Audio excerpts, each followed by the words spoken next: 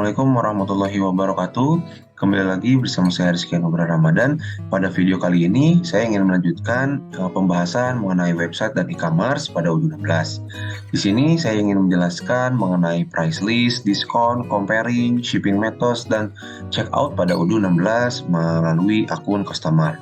Oke, di sini terdapat beberapa syarat yang harus dilakukan. Di sini kita perlu menginstal modul website, e-commerce, sales, inventory, dan invoicing. Tentunya ini beberapa modul yang harus dilakukan untuk dilakukan penginstalan pada tutorial kali ini. Selanjutnya, di sini juga pada website setting masih sama dengan video sebelumnya. Di website setting kita diharuskan untuk menceklis beberapa hal yang perlu kita lakukan. Di sini seperti ada buy now, product variance, buy now, product variance, discount loyalty gift card, price list, product comparison tool. Untuk di bagian inventory-nya, di sini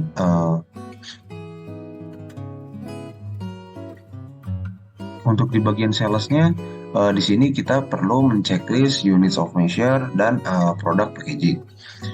Oke, di situ juga habis itu setelah kita melakukan beberapa prasyarat yang harus kita lakukan, di sini terdapat skenario yang masih sama dengan video sebelumnya, yaitu perusahaan Maju Jaya melakukan kerjasama dengan PT Ametis untuk membuat website toko alat bangunan dengan beberapa produk yang dibeli, yaitu di sini terdapat pasir, bata ringan, dan semen 40 kg. Di sini pasir dibeli sebanyak 2 bak mobil Kijang, terus bata ringan sebanyak 10 pieces, dan semen sebanyak 5 sak. Oke, untuk langkah-langkah yang ingin dilakukan di tutorial ini, di sini terdapat 3 tahapan, yaitu membuat price list dengan ketentuan diskon yang ingin diterapkan, membuat shipping method dan payment, serta konfigurasi bank account perusahaan, dan yang terakhir di sini kita perlu melakukan checkout sebagai customer dan beberapa pemrosesannya. Oke, mungkin di sini kita mulai dengan langkah yang pertama, yaitu membuat price list dengan ketentuan diskon yang ingin diterapkan. Untuk membuat price list ini, kita perlu pergi ke mode website, price list, dan create. Oke, kita langsung ke udunya saja. Kita pergi ke website, ke mode website, kita pergi ke e-commerce, dan kita pergi ke price list. Di sini sudah terdapat defaultnya, yaitu public price list. Di sini juga saya sudah membuat produk yang mendapatkan diskon, yaitu bata ringan dan semen 40 kg sesuai dengan skenario saya. Di sini terlihat yang mendapatkan diskon yaitu ada bata ringan dan semen. Untuk bata ringan di sini juga dapat terlihat bahwa pembelian 10 bata ringan atau pembelian 10 bak bata ringan akan mendapatkan diskon 15%.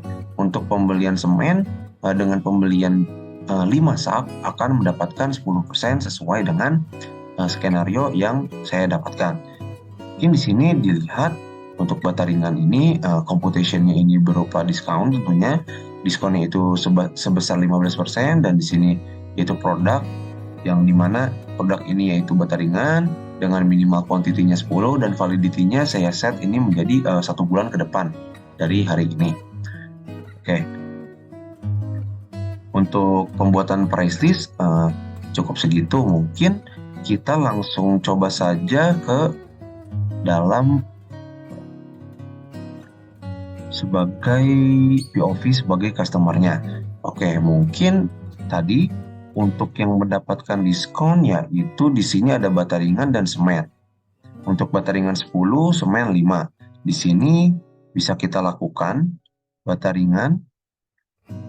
Default awalnya itu harganya sebesar 550.000. Jika kita melakukan sebanyak ingin membeli 10, misalkan 4, 5, 6, 7, 8, 9, di sini harganya masih 550.000. Untuk pembelian yang ke-10 di sini akan berubah secara otomatis menjadi lebih murah karena mendapatkan diskon sebesar 15%. Jadinya harganya segini, 467.500. Kita masukkan ke chart saja di sini sebagai contoh saja. Di sini mungkin bisa saya hapus dulu terlebih dahulu. Oke, kita lanjutkan ke shop. tadi yang mendapatkan diskon kembali yaitu ada semen di sini. Semen pun di sini harga normalnya, harga awalnya yaitu 60.000 sebelum diskon. Ketika kita diskon yaitu harus membeli 5. Di sini ketika kita membeli 5 harganya menjadi 54.000 karena mendapatkan diskon sebesar 10%. Oke, kita add to chart saja. Selain itu juga di sini kita bisa melakukan proses comparing. Mungkin di sini saya ingin melakukan comparing terhadap bata ringan dan semen. Di sini terlihat compare, yaitu kita compare saja. Dan di sini terlihat bahwa terdapat comparing, yaitu yang membedakan adalah di sini brand. Untuk bata ringan brandnya ini Munyuk, untuk semen brandnya ini Decul. Kita asumsikan sebagai berikut saja. Oke, untuk selanjutnya langkah kedua yaitu membuat shipping methods dan payment serta konfigurasi bank account perusahaan. Di sini terdapat dua bagian yaitu shipping method dan payment provider. Untuk shipping methodnya ini dapat kita lakukan pergi ke mode website tentunya, memilih configuration dan shipping method.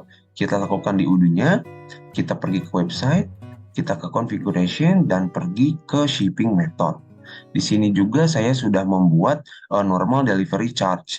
Di sini terdapat free delivery charge karena di sini saja skenario-nya yaitu mendapatkan ongkir, tidak gratis ongkir. Jadi di sini saya membuat baru yaitu normal delivery charge. Dan di sini free delivery charge-nya di sini saya is publish-nya saya nonaktifkan, saya uncheck karena di sini saya tidak ingin memakai free delivery-nya.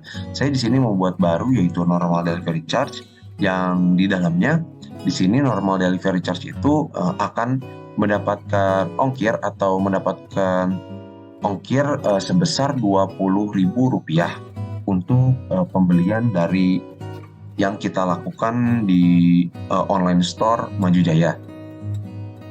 Oke, selanjutnya di sini setelah saya membuat shipping methods-nya, di sini akan terdapat payment provider, yang dimana payment provider ini dapat kita lakukan pergi ke mode website, configuration dan payment provider. Kita lakukan dulu simulasinya.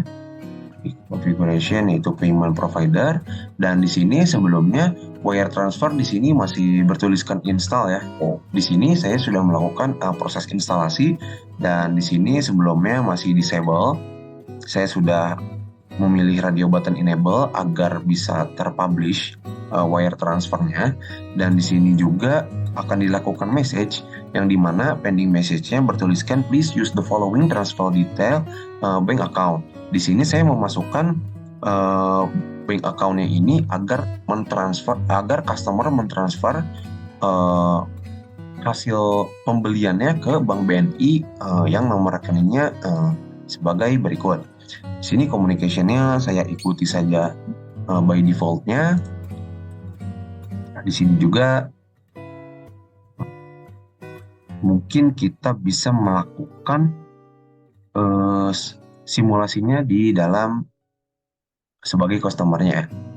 Oke, di sini mungkin kita ke add to chart ini, kita barang ini saja, misalkan kita lakukan proses check out di sini. Oke, di sini sudah terlihat bahwa billing shipping-nya ini sebelumnya saya melakukan billing shipping.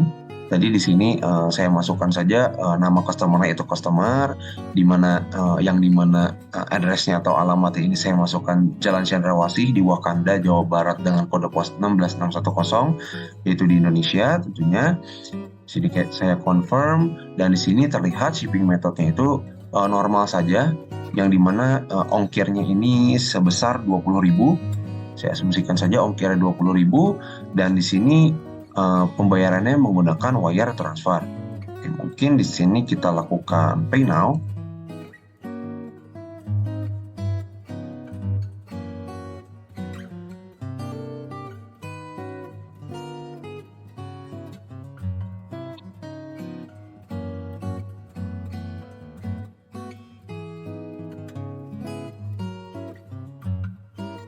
Oke, di sini sudah terlihat bahwa ordernya bernomor atau bertuliskan S00001, yang dimana kita sebagai customer mengharuskan untuk mentransfer biaya hasil order ya kita.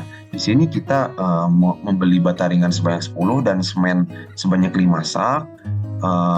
Terus subtotalnya di sini sebesar 4.965.000, dan di sini kita diharuskan untuk membayar apa yang ingin kita beli di sini. Untuk selanjutnya di sini juga salesperson dapat mengonfirmasi quotation tersebut dengan membuka quotation tersebut, memilih tombol confirm. Diasumsikan bahwa customer telah melakukan pembelian dikonfirmasi. Oke, untuk melakukan itu di sini saya sudah melakukan login terhadap sales yang dimana sebelumnya sudah saya buat sebagai users, dan selanjutnya kita masuk ke sales. Di sini terlihat bahwa nomor S0001 yang kita melakukan pembelian atau melakukan order di sini sudah masuk ke dalam akun sales yang bernama customer. Ini bisa kita lihat saja ya, yang dimana customer bernama customer yang beralamat di Jalan Cendrawasih, Wakanda, Jawa Barat 16601 di Indonesia, yang beberapa produknya ini yaitu terdapat bata ringan, semen, dan ada biaya ongkirnya. Oke, untuk itu kita dapat melakukan confirm terhadap order yang dilakukan oleh customer sebelumnya pada web online store tadi. Oke, di sini sudah terlihat bahwa quotation-nya sudah confirm ya, dan di sini dari quotation send sudah menjadi sales order. Di sini mestinya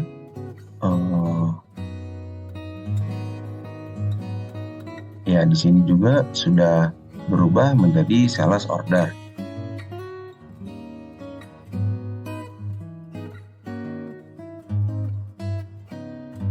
Oke, untuk selanjutnya di sini warehouse akan mengirimkan barang kepada customer, dan apabila telah selesai maka dilakukan proses validasi.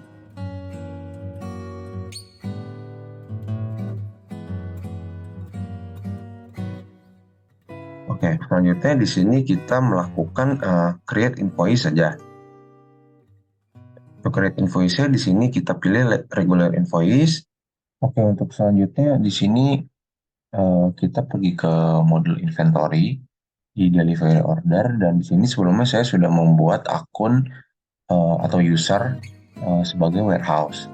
Di sini di bagian inventory terdapat reference yaitu dengan nama WH out 0001, dan di websitenya pun di sini terlihat bahwa delivery order ini masih preparation. Jadi di sini kita perlu memvalidate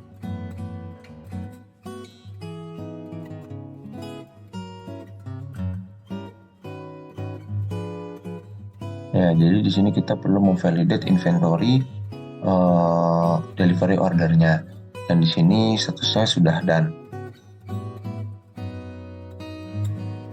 Itu jika kita refresh ininya, maka statusnya sudah berubah menjadi ship.